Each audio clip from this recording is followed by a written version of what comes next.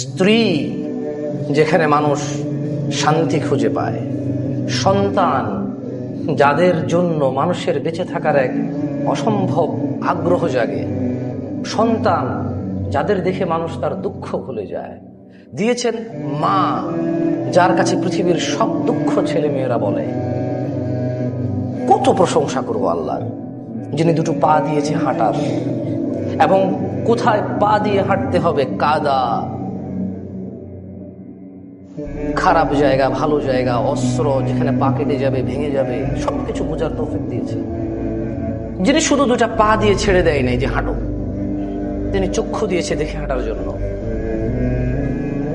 কত প্রশংসা করবো আল্লাহর, যিনি 60 বছর পর্যন্ত মানুষকে সুযোগ দেয়, 70 বছর পর্যন্ত